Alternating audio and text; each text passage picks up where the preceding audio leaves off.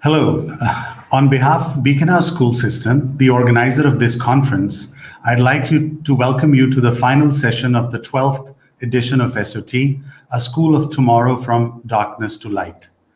The School of Tomorrow event series was launched by Beacon House in the year 2000 to engage in conversations with local and global audiences and help inform the direction of the organization, the schools, and the society at large. My name is Ali Ahmed Khan, and I'm the Chief Operating Officer of Beacon House, Pakistan.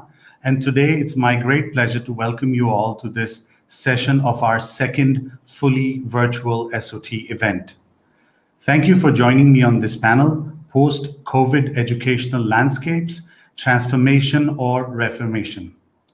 Let me introduce you to the panel of esteemed professionals I have with me. Professor Maggie Atkinson, educator and strategic leader in schools and government. She was the Children's Commissioner for England from 2010 to 2015. She's an honorary professor at Keele University and a reflective commentator on the world in which we raise, care for, nurture, educate, and value our children.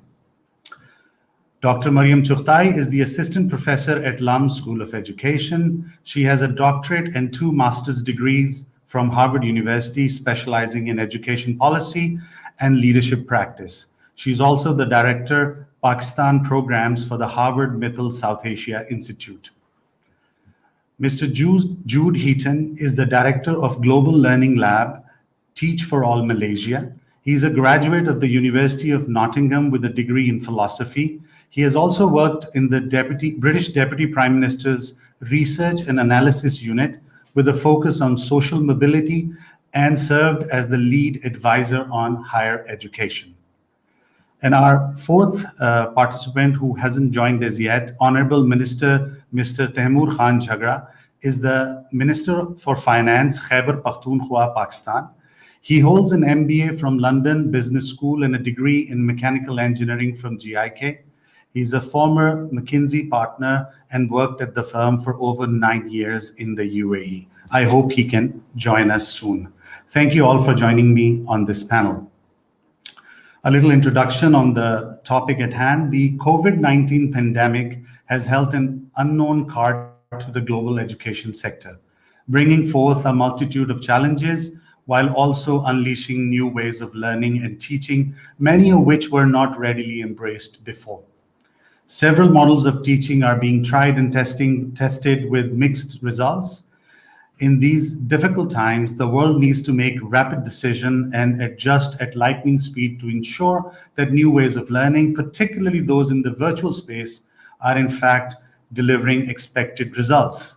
And if so, that the digital divide between learners is minimized while competency and skill development are stressed.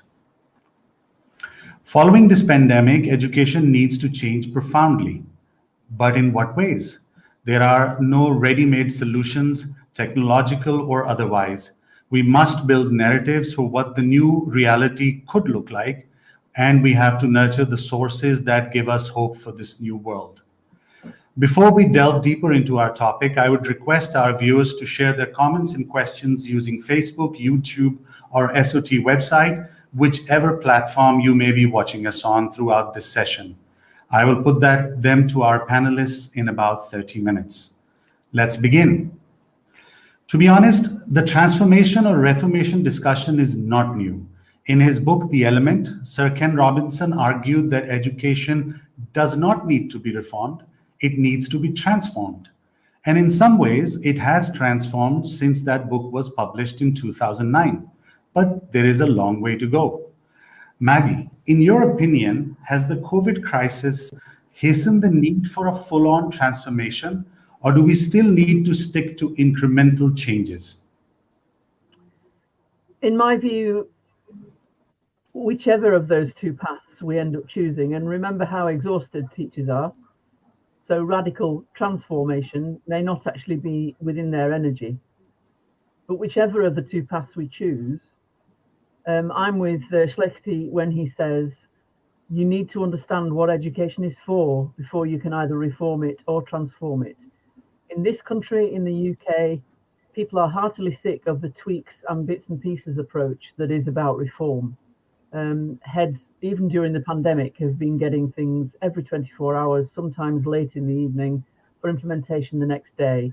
And if that's what reform looks like, which is what we've experienced since the start of the national curriculum in 1989, then let's have enough of it. We've never stopped to ask ourselves, what are we here to do? Why is important? Why is education so important? Transformation is much more radical and sometimes can be wished for. It's a bit like metamorphosis. You know, you turn a bug into a butterfly. But you can also attempt to turn a society like South Africa, for example, into an egalitarian wonderland, and look where we've been since Mandela started that. Great hopes, great transformation, supposedly backed by people that wanted change and freedom. And we are still struggling in the backwaters of continued prejudice, continued inequality, continued loss and loneliness and sadness and violence. And if we're going to transform education, the very first question we need to ask everybody, learners included, and parents and commerce, as well as teachers, is what are we here for? What's our element? To quote Ken, whom I knew, what is the reason we get out of bed in the morning to do what we do? And then if you want transformation, it will come much more solidly and much more quickly, because people have bought the philosophy before they buy the structures and the papers and the policies and the laws. Why are we here? What's this about? Has to be our foundation question. And COVID gives us that opportunity, it seems to me. Horrible as it is, tragic as it is, sad and desolate as it can be for so many families, our opportunity is that we can sit back now and ask why. Thank you. Mariam, could you help us understand what this transformation would look like if it was to happen? Thank you, Ali. I think that the pandemic has really pushed us into a change that was much delayed already in education. I think that what it would very functionally look like is that a lot of educators who have relied on traditional ways of doing business need to become entrepreneurs. Nobody knows how a child learns better than a teacher. Nobody understands the mechanics of education better than an education administrator. And I think this is an idea whose time has come. I think that functionally, this is a moment of opportunity for a lot of educators, no matter which level you operate at, to discover the internet as you did for the first time. I think most people in our age group remember the moment when they first made their email address. And as delayed as that is in education, this is the moment where education has discovered the internet in many ways. And I would encourage all people who are part of the education ecosystem to consider entrepreneurial opportunities to move and utilize this window that has opened up. Very nicely put. I think it is the discovery of internet by education. Jude, how are you reimagining education in your line of work? Thank you, Ali. I think a few areas I'd maybe draw attention to. The first is maybe a question of well-being and putting the well-being of students at the heart of what we do. When the pandemic started, many of the teachers who I work with, their first priority was, how do I get my lessons to children now? And very quickly, they started realizing that that wasn't the primary question that they were facing. If they were working in communities where some of the children were struggling to get access to meals, were struggling to get access to a safe home, were dealing with acute amounts of stress and anxiety as maybe family members were sick or were out of work. These questions, these fundamental questions of child well-being, were forced into the foreground of many of our teachers' attention.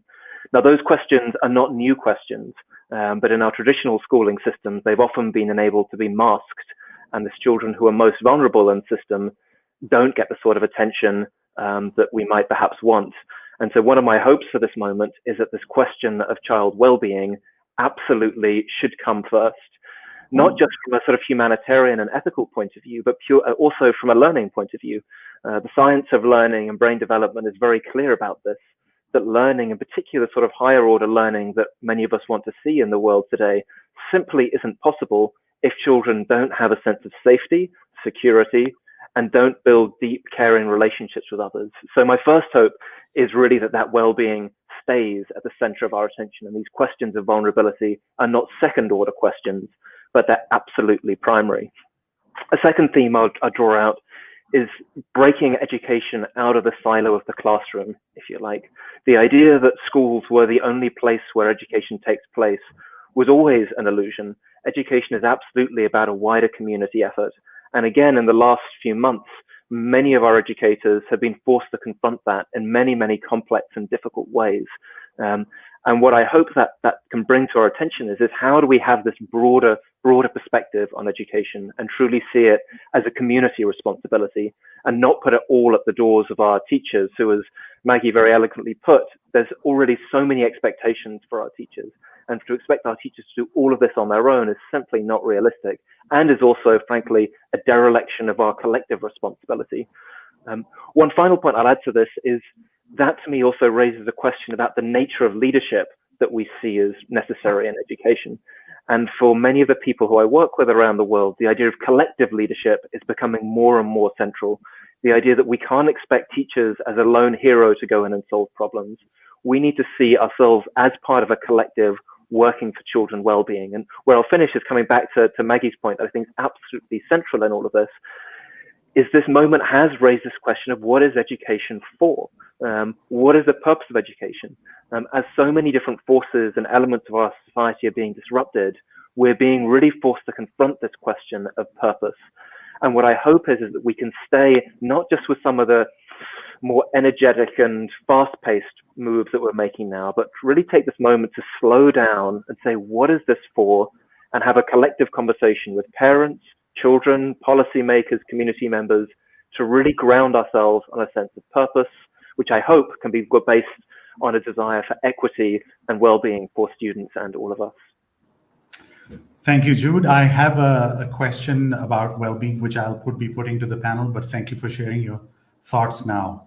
Taimur, I'm glad you could join us. I have a few questions regarding public policy, which I think you'll be able to answer. So if a transformation of education is to happen, how will developing countries like Pakistan will redirect their resources for it? Look, I think the most important thing, if a transformation of education is to happen, in particular in developing countries, and in particular in state-sponsored systems, and in the light of the COVID pandemic and the challenge and the opportunity that it presents, I think what is incredibly important is that the nature of the transformation and the support that's provided to actually drive it is given by the private sector, and not just in the corridors of policy making of government themselves. And I'll tell you why I feel that is very strongly the case. Because if you segment the kids, for example, in my province in Khyber Pakhtunkhwa, there's almost 3 different segments that I would think of. And the discussion that we've been having doesn't relate in the same way to all of them. So for the elite few, for the top, say, 10% who study in elite private schools, I think the opportunities that we're talking about, or in the way that we're talking about, absolutely stand true. And they're able to transform the way that they deliver learning to much more of a technology base, basically simply shifting the classroom to a home environment. That is not true of the other 2 segments. The low-cost private schools, where about 50% of kids in a country like Pakistan go, or the state schools, where many of the other poorer kids go and study. If a transformation is to happen there, then indeed I believe that technology still has to be the answer, But these are schools where not always internet is available, or kids who don't always have a tablet at home. And that's where we need the innovation of the private sector to be able to both grasp the opportunity of reimagining education, but reimagining it for these kids. The one other point that I want to make on resources for that transformation. I work in Khyber Pakhtunkhwa as the finance minister, and I've worked on education reform for the decade before I joined politics. And what was very striking was that indeed we need to make more resources available for education. But what is certainly true in a country like Pakistan, and something that we're trying to actually grapple with, is to get more bang for the buck for the money that we spend. Because education is never going to be the only area where additional funding is required. That is going to hold true of healthcare, that is going to hold true of improving public infrastructure that drives economic growth, and so on. So what is also an incredibly important challenge that government, the education system, and the private sector need to solve together in grasping this opportunity is that we're able to devise models where we get greater return on investment for the money that we spend. And I think I'd like to leave on the point of saying what I mean is that the challenge that this government is trying to solve is the fact that where of the 50 million kids who go to school in Pakistan, approximately half of them, when they end primary school, aren't really literate in the sense that they can actually do the grade 5 curriculum in the way that they should be able to. And if we're to solve that, we need to reimagine education in more ways than one. Very true. I think some of the projects, the public-private partnership projects have been successful, and we need to look more into that if we are to make a transformation. To make online learning more effective, there needs to be a focus on learner agency.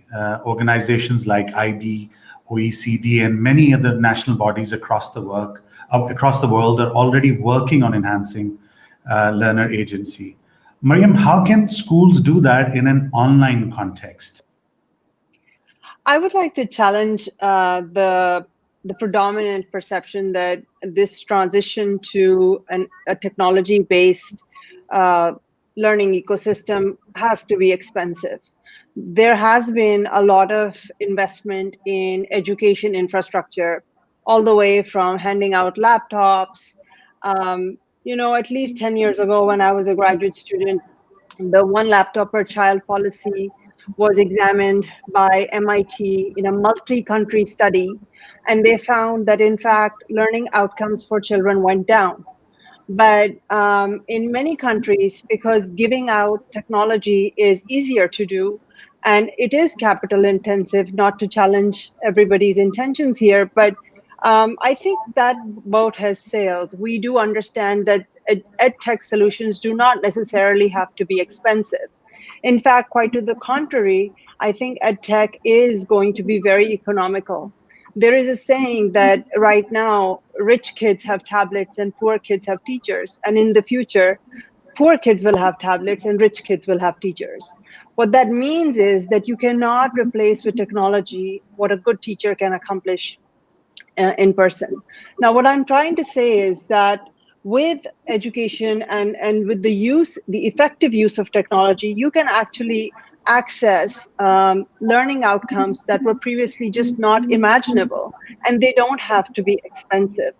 I think that, in fact, we should be imagining things like classrooms that have rich and poor kids both in those classrooms. I think that's the kind of education that we should be giving to our society, which around the world has become more and more siloed between rich people and poor people. So I think that it is quite possible to have a limited expenditure on technology and still have very high learning outcomes. And this government in particular, the credit goes to them. As a colleague in education recently said very nicely, that the education in the face the education the education ministry, the federal ministry, pretty much acted like a startup, which is very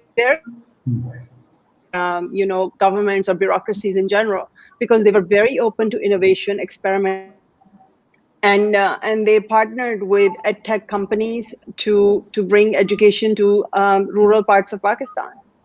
Yeah. I think it's a very valid point you made about this, the cost of education, and I think scalability in technology models sometimes is easier and cheaper than traditional models. But Maggie, would you like to comment on the learner agency with technology? It's interesting listening to the accounts of what's happening in the system in Pakistan. In England, and I can only speak for England out of the 4 nations of the UK, we are in a fragmenting setup in terms of education. So where the innovation is happening is school by school and federation of schools by federation of schools. It certainly is not happening from the centre, where we have mixed messages so deep you have to wade through them, and where there is an insistence on a curriculum where English, which is my subject, is only English if the author was born before the 19th century and was male and white.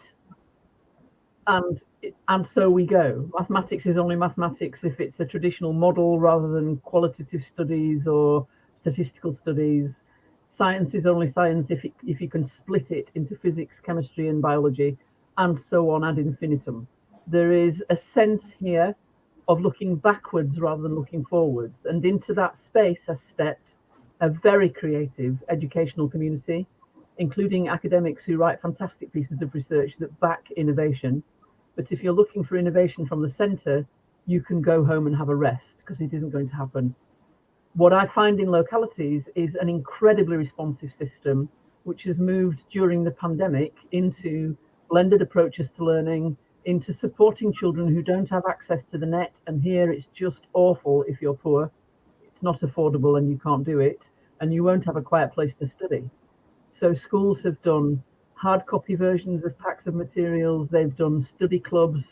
They're doing the sorts of things that you would expect schools acting as community hubs to do, as well as fantastic lessons online and all of those things that go with that if you do have access to the net. My concern about the end of COVID-19 and our moving into the next phase of education is that if we're not absolutely on this, what both the minister and the professor have just described in terms of inequality and fragmentation of society will be worsened even in supposedly highly developed Western nations. The poor will simply fall to the bottom. And that's my concern, because if you're already affluent, you've got the latest Samsung folding phone. It's in your back pocket already. Now, those are the issues for us to grapple with as we reform or transform education in the coming decades. Yeah, digital divide is a genuine problem which exists across the world, and obviously in the poorer countries, it's bigger. So Jude just talked about emotional well-being, and we have had a lot of discussion about learning losses on other panels. And generally, you read out about this COVID generation, which could have a lot of gaps in their learning because of the time off and the way the exams have been structured. But from a well-being point of view, Maggie, drawing on your experience as the Children's Commissioner in the UK, how can schools contribute to the emotional well-being online? That's the question of the century, isn't it? I think you have to bring in the parent or carer as your ally in this, if you're a school. They have to be alongside their young person who's the student here. And everybody has to be brought into a place where, as Jude said earlier, we are conscious of children who are well balanced and well supported being readier to learn than children who feel isolated or upset or anxious about what's happening in school or what they're going to face when they go back. if we don't get this right, and isn't it great that this conference is taking place on the weekend of the Day of the Child? The United Nations Day of the Child was on Friday. And every nation apart from the US has signed the United Nations Convention on the Rights of the Child, which states that children have a right to be nurtured, supported, not just educated in traditional subjects, but educated to be citizens. And that's a joint endeavour. I couldn't agree more with what Jude said in his opening comments. This is a joint endeavour. Schools cannot do this on their own. And even very successful chains of schools like Beacon House cannot do this on their own. This is everybody. This is medics and nurses and parents and the guys who run the corner shop and the guys who run the youth service and the football team. This is everybody. Children need to know that they can talk to somebody. Yeah. Mariam, the concept of student emotional well-being is rather new in Pakistan. Do you think the online learning platforms provide us with an opportunity to refocus and leapfrog onto this movement? That's an excellent question, because I think the problem with EdTech has been that we've just been trying to digitize the way the industrial model of education has been delivered. So whatever the school is, we are just trying to digitize that. Whereas what we need to do is take one step forward to educational psychology and thinking about how do kids learn, and move back to that source and digitize and introduce technology at that level. Because otherwise you're just overburdening children to not just learn the content that they are learning in a classic industrial model. Everybody learns the same lesson at the same time, irrespective of individual learning preferences or capabilities. But you're also, over and above that, adding the pressure on the parents, the teachers, and the child to adapt to it technologically as well. So I think the answer to making sure that this is not overwhelming for the teacher or the child or the parent is to go back to understanding how kids learn rather than pushing them through this artificial system. Thank you. Taimur, your thoughts on addressing the emotional well-being from a legislative or from a government point of view? I think it's one of many balls that you need to juggle with. I think what is definitely true is that in the times of COVID, the closure of schools, which is a question that we're grappling with exactly as we speak, has a huge impact, amongst other things, on the emotional well-being or mental health. I'd say not just of kids, but of society as a whole. I'm not sure the first step at this point that will actually make the greatest impact is legislation. I think, as with many other questions in COVID, we've got to actually find a way of having interventions that actually reach a large scale of people. And in particular, if we have to go for a second round of school closure. Look, the one thing that I want to keep on stressing again and again is I think we're all agreed that technology or EdTech is definitely going to be a key part of the answers to reimagining education. I think we'll all also agree, and I think Dr. Mariam Chughtai, I love the quote that she just said about how in the long run, it's going to be the poorer that's going to use technology because having a teacher in person is actually going to be the more expensive proposition. But the challenge today, I think, is to find mechanisms where that technology, whether it is for learning or for emotional well-being, how it can reach village after village or community after community in an effective way. It's not that the technological base is not there.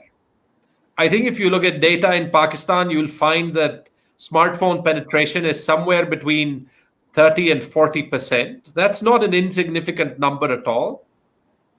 But I'd say when we start thinking of the EdTech market, it's still driven to perform in the sort of industrial education space that Dr. Chughtai talked about, or assuming that everyone has access to technology at home, at which point it's the marginalized kids who actually get left behind once again. And so the challenge that we will need to meet again and again. And by the way, I was talking to your chairman yesterday, and he was also talking about how, whereas the top end of Beacon House schools are seamlessly using technology, the lower end educators chain is struggling on how to use it because of parents' access. I don't think that's impossible at all. But I think together the public and private sector need to find solutions where, for the segment of society where the prevalence of technology is there but is spottier than the upper echelons of society, our edtech solutions also work. Yes, that's true. As in, that leads me to my next question, where that some schools in Pakistan were able to continue online the teaching and learning, but a large majority of the country could not benefit from the same because of lack of infrastructure or facilities. I think Talim Ghar and Tele schools were two very good initiatives which were taken by the government. Now, do you see, Taimur, that the same initiatives playing a role in the post-COVID world? I think COVID has cracked open the space where we can actually reimagine education. I don't think the model where government keeps on building grey structures, hiring teachers that you can't fire. You know that across the 4 provinces, we've got 1 million teachers hired in this school. So whatever their capacity is, the level of learning that students in public schools are going to be exposed to, because, as you know, governments the world over find it very difficult to hire and fire people that actually work in the public sector, meaning that transformative initiatives in the traditional space are going to be very, very slow. So I think it is absolutely incredibly important to still use the time that we are passing through COVID to continue to really focus on how the technological space and discoveries that we're making today will work in the post-COVID era. But I keep on stressing that the focus that we need to have, and that we need the private sector to also have, is to develop these interventions for the many. So just food for thought. Why couldn't we imagine interventions where, say, the technology could be in the hand of teachers who, let's say, during a lockdown, are able to take it to smaller clusters of kids in the community because it's too risky to get 500, 600, 1,000 kids in school every day, right? We know that 30 to 40% of parents or homes are going to have access to technology. And so how can we reimagine and configure edtech solutions that actually reach a large proportion of homes where they won't have access to lessons on TV or access to YouTube at home? And I think we're almost there. Yeah. But I think that it is almost natural that we start off by focusing on solutions for the top end of kids, or then still assume that we're devising solutions for kids where we assume that every home has access to technology. Yes, but I mean, you said we have 1 million teachers, but we also have about 20 million children out of school. So I guess these initiatives could help fill that gap. So Mariam, as a policy research, what kind of recommendations would you give to the government on initiatives like tele schools or Talim Ghar?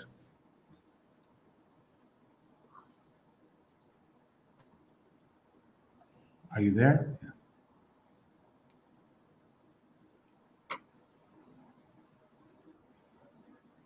I think we have... Internet is dropping. Can you please repeat the question? Yeah, I said, as a policy researcher, what kind of recommendations would you give to the government for initiatives like Talim Ghar and Teleschool in a post-COVID world?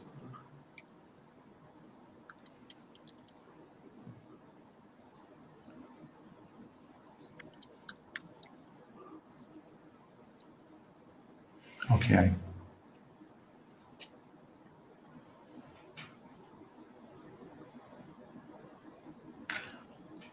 Okay, so shall I come back to that question? Because I think it'll be good because of your experience in policy. I've just pasted the question, so maybe you can read it off that, and it may be easier to prepare a response. We'll come back to that in a minute. So there is, like any transformation, there are a lot of unknowns, and as we move to technology, there are some risks which coming out of this. And the risks are about security, privacy, and the safety issue of digital platforms. I know we all rushed to be on them, and we didn't think too much about it. I had a lot of teachers when we had issues related to not being able to control class or unauthorized people entering classes. These were issues which were constantly coming up. Now, Maggie, we've heard a lot about privacy issues created by the contact tracing app in the UK. Does the online learning thing brings the same kind of concerns, or is there something being done to address that? I think schools are rightly concerned about making sure that their children are safe, as are families. What we find here is that in the best learning environments, because schools are very heavily firewalled, because they didn't fall into the trap of using Zoom. So my grandchild does most of his homework on Teams, which is properly firewall protected and has Norton security and other security mechanisms built around it. I think his parents feel really quite safe and secure that when he's at home and learning, he's in a safe environment. Schools work desperately hard, as do academy trusts and chains and federations, as do local authorities, to ensure safety. But the other thing that we do a great deal of here is we work particularly with the charitable sector on educating children to safeguard themselves in the online environment, whether it's for school or with their friends on Snapchat or TikTok or wherever else they're doing. And we tend to do things like a bit kind of folklore, really. If you wouldn't sit at the meal table with your grandma and say that or share that, then why are you doing it online with strangers? It's that sort of speak at the level of the child, speak at the level of the family. Don't let your child sit somewhere where you can't see the screen they're looking at. You are also co-responsible with your school for keeping your child safe. We're in that space that's part of the preparatory questions that we were all asked to look at, really, which is what's the partnership here? And yes, the internet providers and organizations like Google and Facebook and YouTube and others have a massive responsibility that we can't let them slide away from to help us to keep our children safe.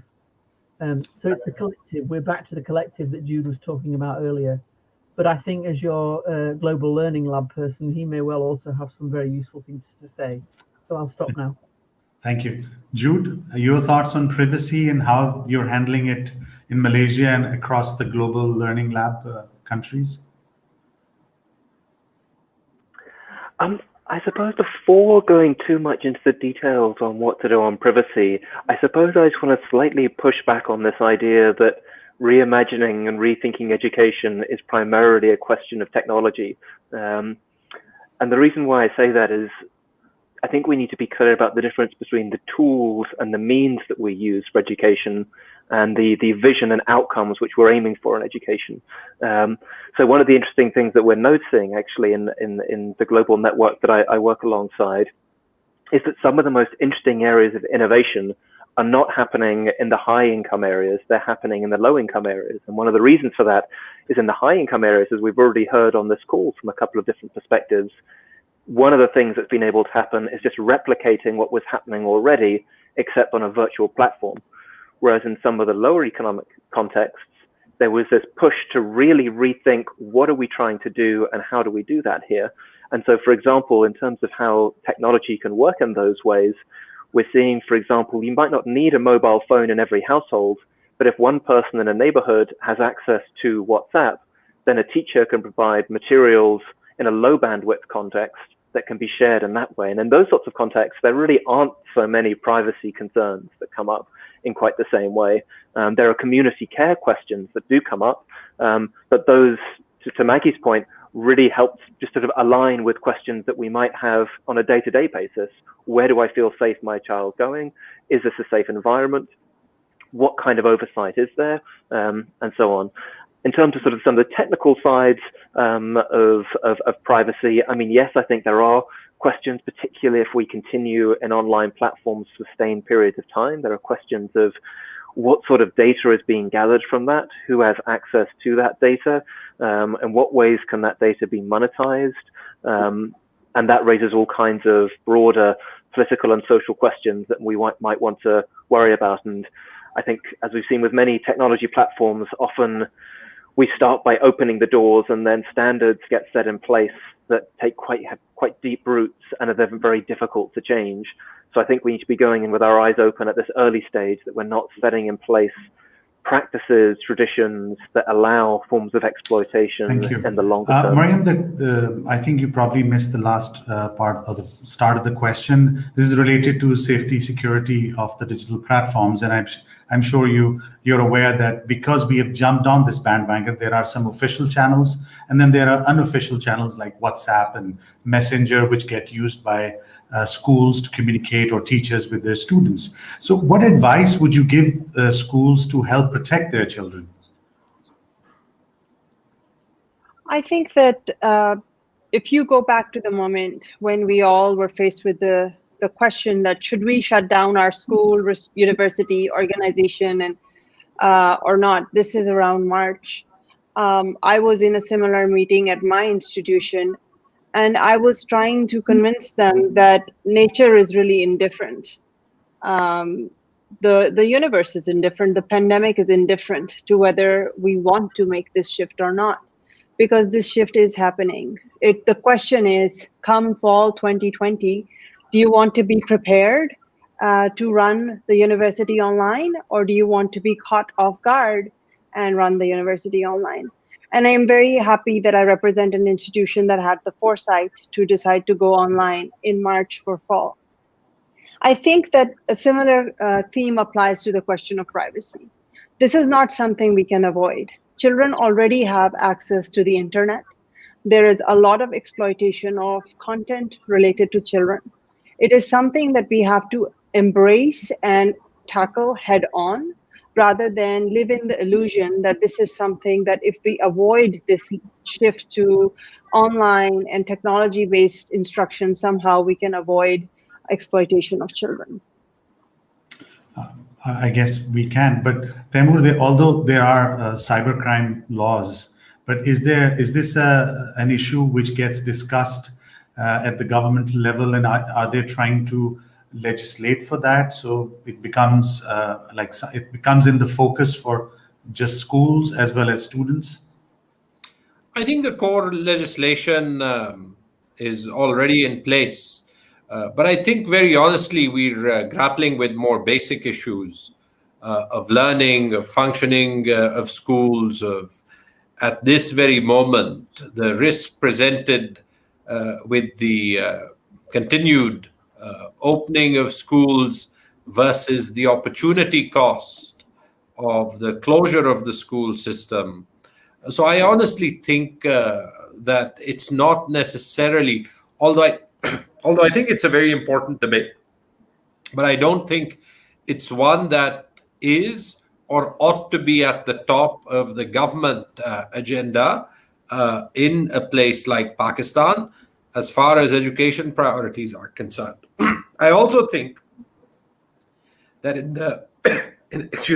the context of the learning environment for the many, as Jude said, the very simple use of technology, for example, the dissemination of lessons through WhatsApp or so, make it less of a concern at this particular moment. Great. Mariam, the question which because of the internet you couldn't respond to was related to any recommendations you can make as a policy researcher to the government about these initiatives like Teleschool and Talim Ghar, how to continue with them in a post-COVID world. I would emphasize the collaboration between research, policy, and practice. For too long, these three silos have worked independently, and we have been doing bad interventions at scale, good interventions at very small scale, and researchers are very comfortable just publishing in peer-reviewed journals, which 95% of the people that they are hoping to impact can't even access. My recommendation to the government would be that as we are entering this very big moment of opportunity for a transformation in education, that they must take education researchers along. And it is only through research that we will be able to understand what works and what does not work. And sometimes that may mean that solutions that are very comfortable, may mean very quick political successes, are not good for children. The system was broken before the pandemic, by the way. The statistic that Taimur was just highlighting was that a majority of our kids at 5th grade have the learning, the English and mathematics competency of 2nd grade. That is also true in India. So the system was broken, and one reason it's broken is because researchers, policymakers, and practitioners do not talk to one another. So my recommendation to the government would be to operate at that nexus and hold on to that nexus in whatever intervention they make. Thank you. That's a very pertinent suggestion. While we're talking about students here, there's an important stakeholder which needs to be mentioned, the parent. And many teachers at my school have also talked about increased pressure on students because parents are now in the classroom. We frequently see parents sitting with their children while they attend classes. So this has brought about a new paradigm. Now, Jude, how are parents responding in your part of the world? So my role at the moment involves really working with organizations right across the world. So we work with partners in 60 different countries, and it looks very different from place to place. I'd say one of the patterns that we're seeing is this greater awareness of the rooting of education in the community. And I think in many ways, I think this is a very positive thing, is, and at the heart of what we see in some of the most transformational classrooms is a start by really questioning the purpose of education, and that questioning being rooted in a conversation with parents, and parents working alongside teachers and students. Now, I think there's a real question as to whether one of the tensions that arises is to what extent parents have been part of that conversation or not. And if they haven't been part of that conversation in the past, and then through the disruptions of the COVID time, are sort of pushed into a role which the school hasn't engaged with them before, then sometimes issues can occur in terms of forms of anxiety and stress and uncertainty. But one of the most powerful things we're seeing is places where teachers are really taking this opportunity to work alongside parents and to, come up with sort of holistic solutions for what's going to most work for children, because parents obviously know their children so well and care about their children, and if there can be that sense of partnership and a real sense of collective effort, then we're seeing some really inspiring examples of how education is shifting in all sorts of very diverse contexts. And again, I'd really stress this is not about a more developed or less developed context. We're seeing some really inspiring examples in the UK, in New Zealand, in rural areas of Nepal, in rural areas of Pakistan.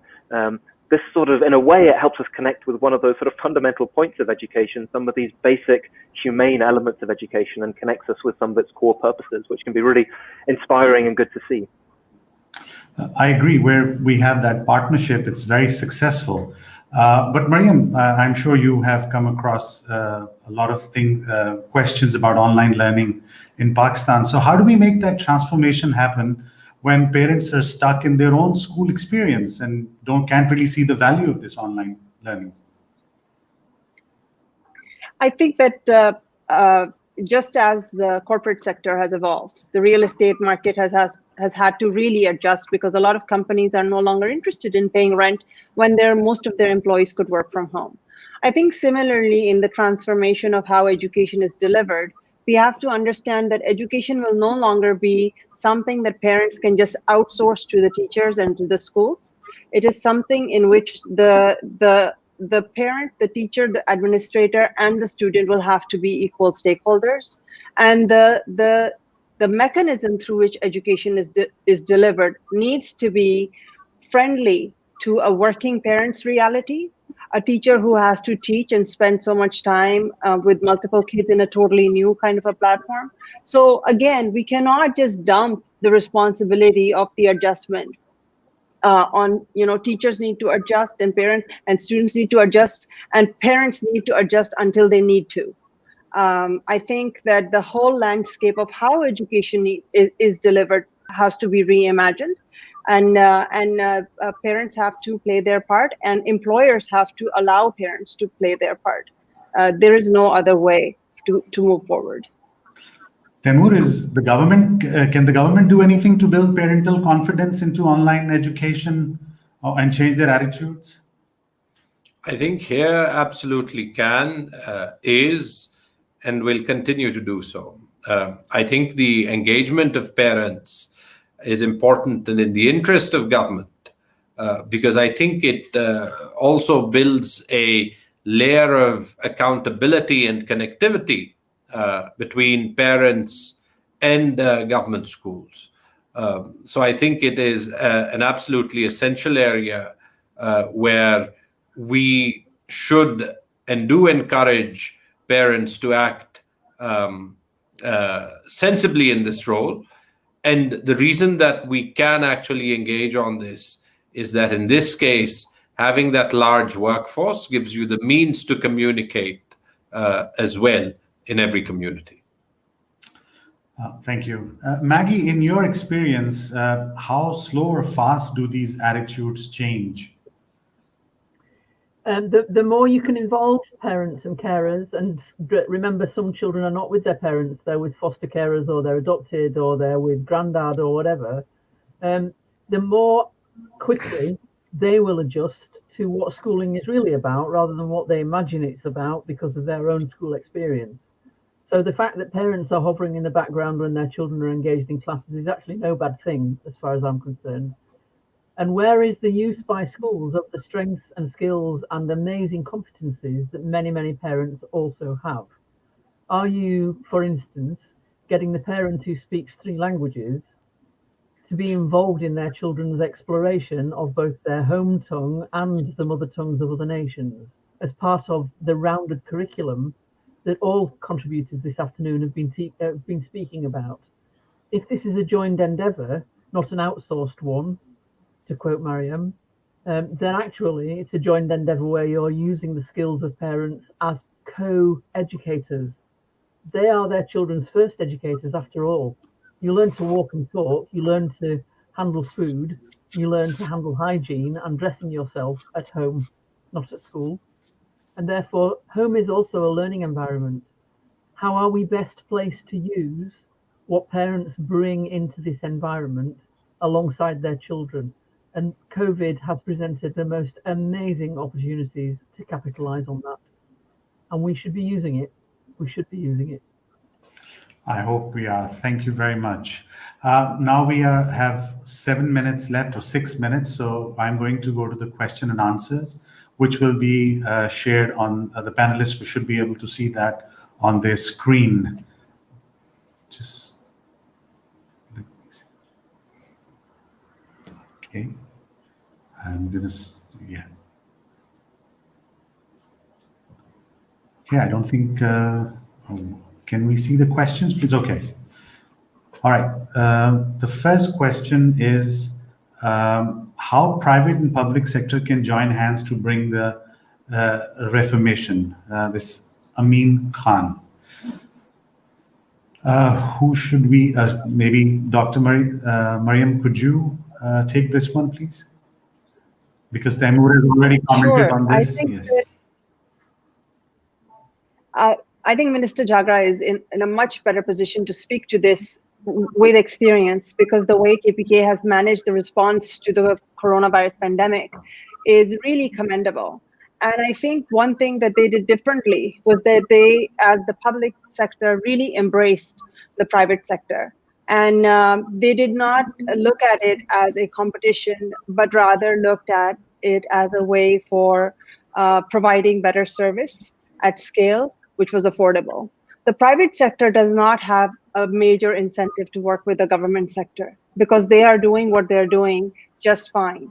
The onus is on the public sector, on the government, to make it more easy for the private sector to come in and not face bureaucratic hurdles. And there is nobody better positioned to do that than the government of KPK, which has already demonstrated this in the context of the health sector in the pandemic. Minister Jhagra, would you like to add something? I mean, I fully agree. I'll just give an example from the health sector where I'm playing a leading role in terms of the responsibility that I have. Is government's job is to enable the private sector to participate and become a partner. We did that over the last few months by designing our universal health insurance scheme, which means that between November 1 and January 31st, in a period of just 90 days, 40 million people, the entire province, is going to get substantial health insurance. And I think that will open up the health market to the private sector to help build and augment government capacity in a way that will not happen in any other place in Pakistan. I think we simply need to structure the same scaffolding for education so that the private sector's attention is drawn to be able to helping us. And I think similar interventions will flow. It's wonderful to hear that. This question is for Dr. Mariam Chughtai. Just let me, it says, with so much happening in the education space and the need to respond quickly to the changing landscape, isn't all the talk of single national curriculum an untimely distraction or even an unnecessary one? Amara Khalid, it had to come up. Yes, when you were on the panel. No, I appreciate the question. In fact, as we were working on grades 6 to 8 now, all the criticism that had come towards people who were involved in the curriculum for 1st to 5th grade stayed with us and held us more accountable to be even more serious about what we were doing. It's very heartening to see that so many people care about this issue. The question itself, I think, it's best answered by saying that quality learning will always be in fashion. You know, quality learning will always be in demand. There is never a bad time to focus on improving education. And in the face of the pandemic, it becomes, I don't think, it should not go to the sidelines. In fact, revamping what student learning outcomes our students should be focusing on should become front and center. I think this is a time for us to, much like in our homes, when we find out that someone is... Oh. I think we lost Dr. Mariam once again.